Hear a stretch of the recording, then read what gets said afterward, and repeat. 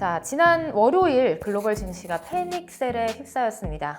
국내 증시 비롯해서 아시아 증시 전반적으로 일본, 중국, 그다음에 대만과 홍콩 할 것 없이 큰 폭으로 하락세를 보여줬는데요.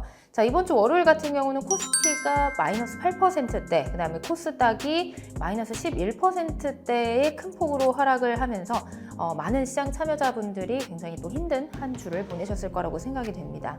사실 이렇게 큰 폭의 하락이 나왔던 게 코로나 이후에는 또 처음으로 서킷 브레이커가 발동을 했고, 역사적으로 이 양시장이 모두 이 서킷 브레이커에 걸린 적이 단 6번 정도밖에 없었다고 합니다. 그러니까 사실 이 정도라고 하면은 전쟁이 나거나 아니면 금융위기급의 악재가 있지 않는 이상 좀 어려운 하락이라고 할 수가 있는데, 왜 도대체 우리 증시가 이렇게 큰 폭의 하락을 보이면서 패닉셀에 휩싸였는지 원인에 대해서 좀 체크를 해보도록 하겠습니다. 자, 일단 첫 번째 원인은 미국의 경기 침체론입니다.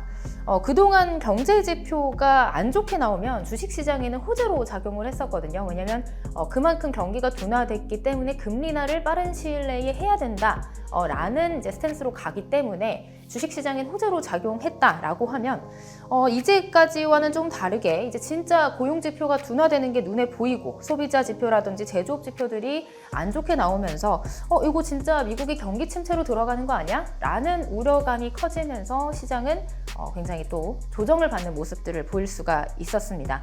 사실 주식시장의 금리 인하가 그동안에는 호재로 작용을 했었는데 이게 진짜 호재인가에 대한 의문문이 커지면서 얼마나 미국장이 어려우면, 미국 경기가 어려우면 금리 인하를 이렇게 또 빠르게 진행을 하느냐, 그런 두려움들이 시장에 반영이 되는 것 같아요.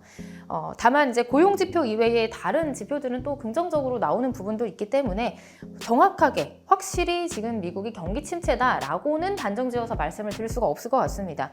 다만 이 주식시장 자체가 이렇게 빠르게 좀 선반영되는 경향이 있기 때문에 그런 부분들이 조금 시장에 반영이 돼서 미국 증시, 그로 인해서 이제 글로벌 증시 전반적으로 하락세를 보였다, 이렇게 좀 정리를 해볼 수가 있을 것 같습니다.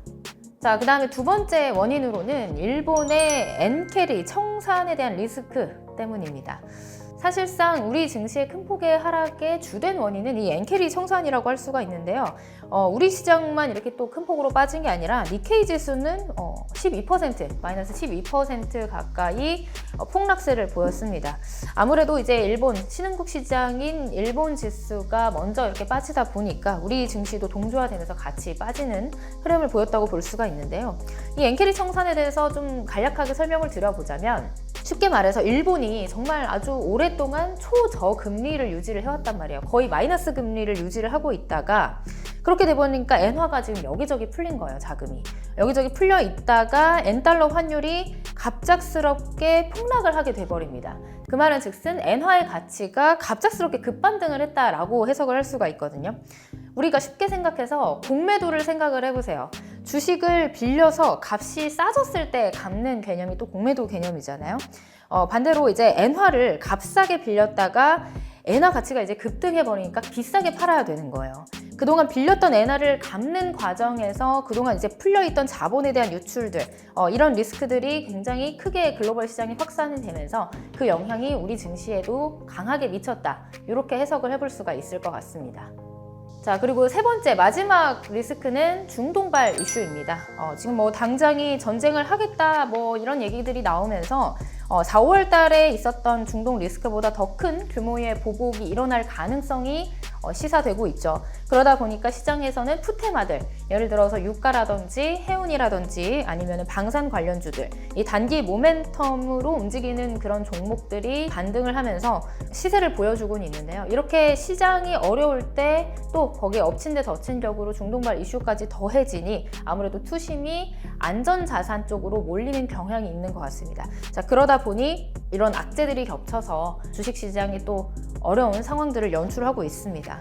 사실 오늘 세 가지 그 재료들에 대해서 설명을 드렸는데 주식시장은 사실 심리적인 요인이 굉장히 크다고 보여집니다. 근데 이제 몇 가지의 악재들이 이렇게 동시다발적으로 나오면서 주식시장이 굉장히 크게 흔들리는 모습을 보이고 있는데요.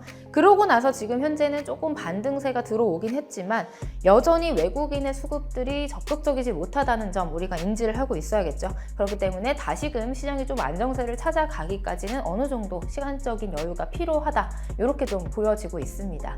그래서 너무 성급하게 생각을 하시기보다는 지금 상황에 맞는 혹은 펀더멘탈 대비 많이 빠진 그런 종목들 위주로 우리가 미리 좀 체크를 해보는 게 좋지 않을까, 이런 전략을 말씀드려 볼게요.